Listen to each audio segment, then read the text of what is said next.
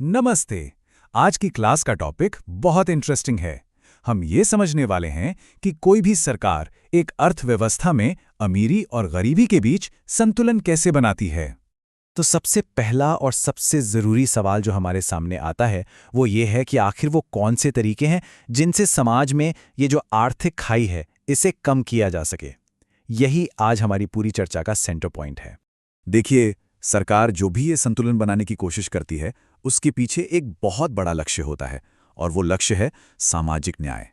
ये सिर्फ पैसों के लेन देन की बात नहीं है, बल्कि एक ऐसे समाज को बनाने की कोशिश है जहां हर किसी को आगे बढ़ने का मौका मिले। तो ये सामाजिक न्याय आखिर है क्या? आसान भाषा में कहें तो इसका सीधा सा मतलब है आर्थिक असमानताओं को कम करना, यानी अमीर और गरीब के बीच जो फर्क है उसे पाटना। और सरकार ये करती कैसे है? सरकार पैसा उन लोगों से लेती है जिनकी आय ज्यादा है, और उसे उन लोगों तक पहुंचाती है जिनकी आय कम है। तो सवाल ये उठता है कि सरकार ये काम करती कैसे है? इसके लिए कोई एक जादुई छड़ी तो है नहीं, बल्कि एक बहुत सोची समझी दो तरफा रणनीति अपनाई जाती है। तो सरकार के पास दो बड़े पावरफुल टूल्स होते हैं। एक तरफ है प्रगतिशील कराधान, जिसका काम है ज्यादा आय वालों से संसाधन लेना, और दूसरी तरफ है सार्वजनिक व्यय, जिसका काम है उन्हीं संसाधनों से जरूरतमंदों की मदद करना।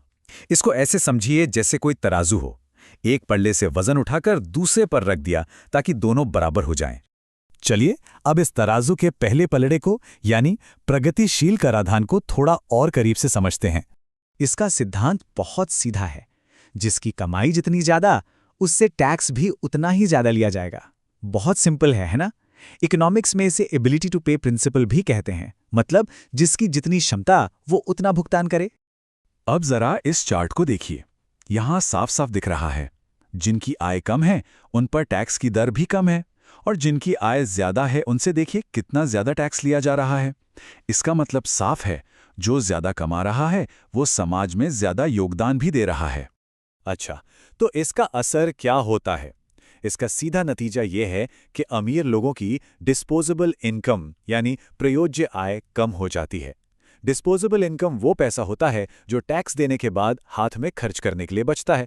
तो ये कदम ये पक्का करता है कि देश की सारी दौलत कुछ ही लोगों के पास जमा होकर ना रह जाए। ठीक है, तो सरकार ने टैक्स के जरिए पैसा तो इकट्ठा कर लिया, लेकिन फिर इस पैसे का होता क्या है? यहीं पर हमारा दूसरा टूल काम आता है, और वो है सार्वजनिक खर्च। टैक्स से जो भी पैसा जमा होता है वो सीधा सीधा गरीबों की भलाई के लिए इस्तेमाल होता है, जैसे मुफ्त या सस्ता राशन, सरकारी स्कूल और अस्पताल जहां इलाज सस्ता हो, कम कीमत पर घर देना, या फिर बिजली पर सब्सिडी देना। ये सारी बुनियादी चीजें इसी पैसे से मुमकिन हो पाती हैं। तो अब देखते हैं कि इन सब कामों का असल जिंदगी पर असर क्या पड़ता है। ये कदम गरीबों की असल आमदनी और उनके क्रय शक्ति को बढ़ाता है। अब ये क्रय शक्ति या परचेजिंग पावर क्या है? इसका मतलब है कि वो अपने पैसे से पहले के मुकाबले ज्यादा चीजें खरीद सकते हैं। एक उदाहरण लेते हैं। मान लीजिए सरकार ने राशन सस्ता कर दिया, तो अब एक परिवार का जो पैसा राशन पर बच गया वो उसे शायद अपने बच्चों की पढ़ाई पर या किसी की बीमारी के इलाज पर खर्च कर सकता है ना?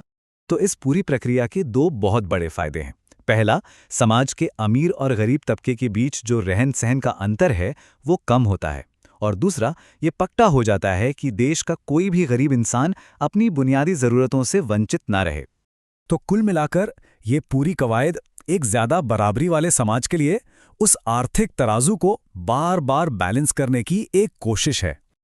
लेकिन ये सब हमें एक बहुत बड़े और गहरे सवाल पर लाके छोड़ देता है कि किसी भी समाज के लिए वो सही संतुलन, वो आइडियल बैलेंस आखिर है क्या? कितना टैक्स लेना ठीक है, और उस पैसे को कहाँ और कितना खर्च करना जरूरी है? ये एक ऐसा सवाल है जिसका जवाब आज भी दुनिया भर के अर्थशास्त्री और सरकारें ढूंढ रही हैं। इस पर सोचिएगा जरूर।